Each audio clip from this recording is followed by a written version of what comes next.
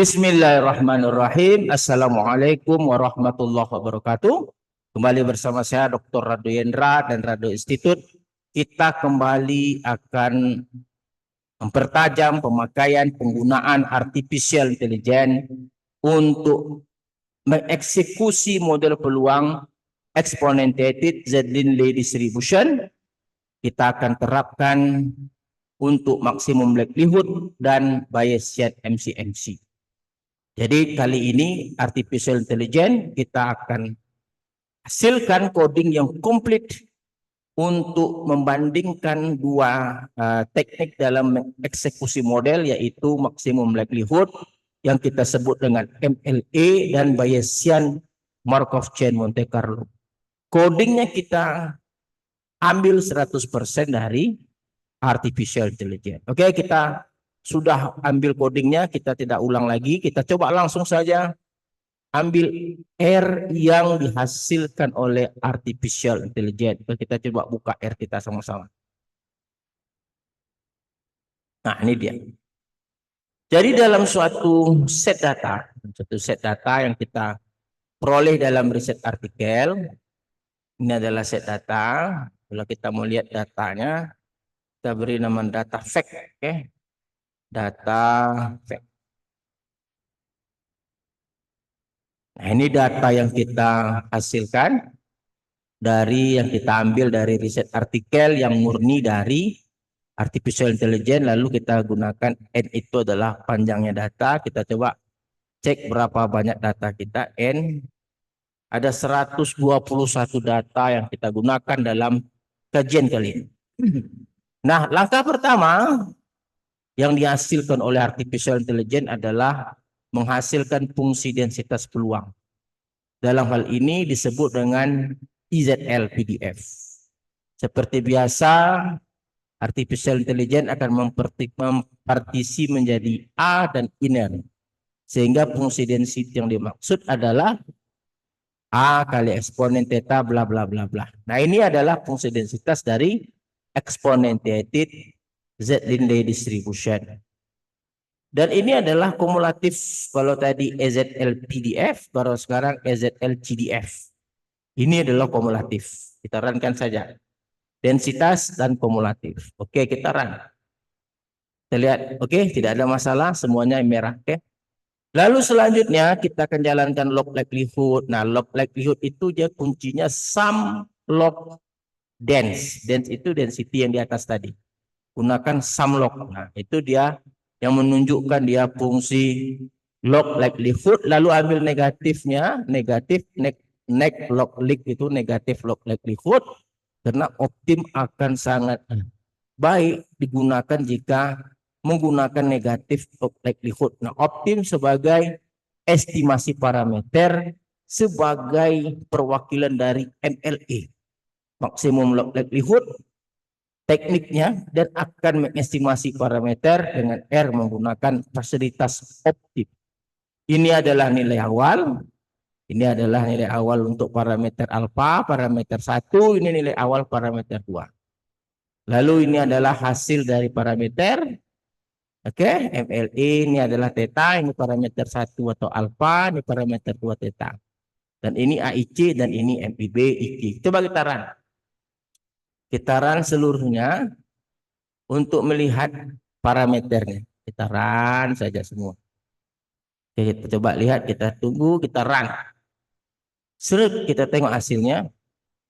Nah, ini dia. Parameter alfa, parameter theta, ini log likelihood, ada minus. Kalau minus log likelihood baru dia hilang. Oke, AIC dan BIC. Nah, selesai dengan menggunakan maksimum likelihood atau MLA. Nah, langkah berikutnya kita akan gunakan Bayesian. Bayesian. Seperti biasa kita gunakan priornya gamma. Kita gunakan prior gamma. Oke. Lalu seperti biasa kita akan gunakan ini log posterior. Ingat, log posterior tentu dia dikali dengan nih tambahan. Kalau dia sama-sama di log kan tentu ketambah log likelihood, log prior. Ini log posterior. Kalau dia posterior saja kali. Tapi kalau digunakan log Lognya tentu menjadi tambah. Oke, menjadi tanda tambah. Karena log di logaritma akan jadi tambah. Oke, ini log likelihood dan ini adalah tambah log prior. Oke ya, mantap. Nah, setelah itu kita akan gunakan iterasi sebanyak 25.000 dengan menggunakan proposal standard deviation-nya adalah 0,04 dan seterusnya. Dan ini adalah proses rantai yang digunakan dalam Markov chain. Oke, kita coba runkan. Kita coba runkan. Nanti kita coba intip parameter nilai IC dan BIC. Tentu kita juga mau mengintip nilai parameter dari posterior tadi. Kita ambil posteriornya nanti nilai min, median dan seterusnya. Oke, kita coba runkan. Kita runkan untuk Bayesian. Kita runkan untuk Bayesian. Kita coba tunggu saja hasilnya. Kita run. Nah, kita tunggu karena dia iterasinya 25.000 kali. Ini adalah coding yang selesai semua. Nah, nilai parameternya kalau kita ambil perwakilan alfa, ingat tadi ada 25.000, wakili satu dengan nilai min saja, parameter 1, parameter alfa, parameter 2, atau dengan median saja, dengan median. Oke, dan ini nilai standar deviasi. Standar deviasi ini muncul karena tadi ada 25.000 kurang 8.000. Berarti tadi dia menggunakan iterasinya 25.000, burning 8.000, ada 17.000 nilai untuk dua parameter tadi. Makanya yang parameter alfa itu 17.000 parameter alfa kalau dirata-ratakan nih dia. Kalau dimediankan nih dia. Dan ini standar deviasinya. Oke, nilai AIC-nya 1162. Coba kita lihat dengan cara maksimum likelihood. Maksimum likelihood tadi AIC-nya 1162,404. Sedangkan Bayesian sama tadi B komanya beda. Bayesian 1162,434. Jauh lebih kecil lagi dari teknik maksimum likelihood. Tadi 404, sekarang 434. Nah, setelah semuanya kita berhasil, baik dengan teknik Bayesian maupun dengan maksimum likelihood, kita tengok tampilan histogram datanya. Tapi sebelumnya kita coba lihat dulu trace plot. Nah, kita ambil dulu trace plotnya lah. Kita coba lihat dulu trace plot dari trace plot dari parameter yang diberikan kita run. Nah, ini trace plotnya. Ini untuk parameter alpha, ini sangat cantik sekali trace plotnya. Dan ini untuk parameter theta, trace plotnya jelas. Nah, setelah kita dapatkan trace plot, lalu kita mau lihat bagaimana density plot dan kumulatif plotnya. Kita coba intip saja density plot dan kumulatif plot. Nah, ini density plot. Kita lihat grafik. Nah, itu dia. Oke, density plot. Yang satu lagi adalah kumulatif plot. Kumulatif plot, satu lagi kumulatif plot. Terat. Nah, itu cantik sekali. Jadi kalau kita lihat yang berwarna biru dan berwarna merah itu hampir berimpit, artinya tidak jauh berbeda secara signifikan antara maksimum likelihood dan dengan teknik Bayesian MCMC. Nah, coba dalam gambarnya, kalau dalam riset artikelnya itu kita coba gambarnya tidak menggunakan bricks nih, karena ada gunakan bricks, kita buang bricks. Coba kita buang bricks, lalu kita gambar lagi. Oke, kita coba gambar lagi.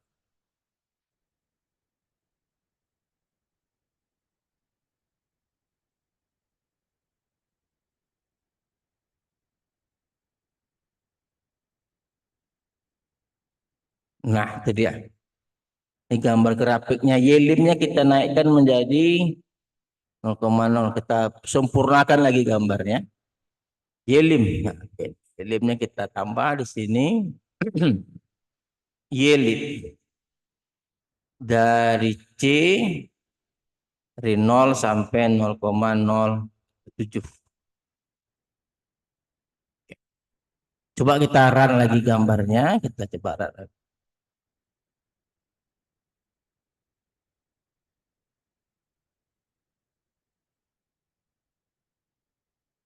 Ya. Nah, itu dia.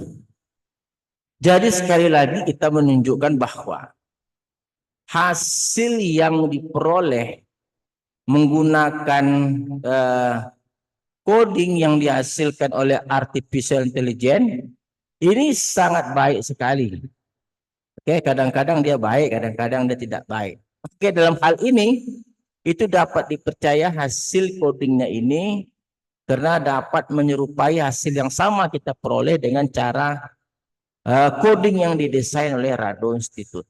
Kalau gitu, kalau kita telah lihat tadi hasilnya bagaimana coding yang dihasilkan oleh R ini untuk menggabungkan antara Bayesian dan maksimum likelihood itu juga sangat sempurna saya rasa, di mana kita lihat tadi density plot dan kumulatif plotnya sangat baik. Oke, saya rasa jangan abaikan perkembangan artificial intelligence, terus perbesar irisan antara keilmuan dengan artificial intelligence.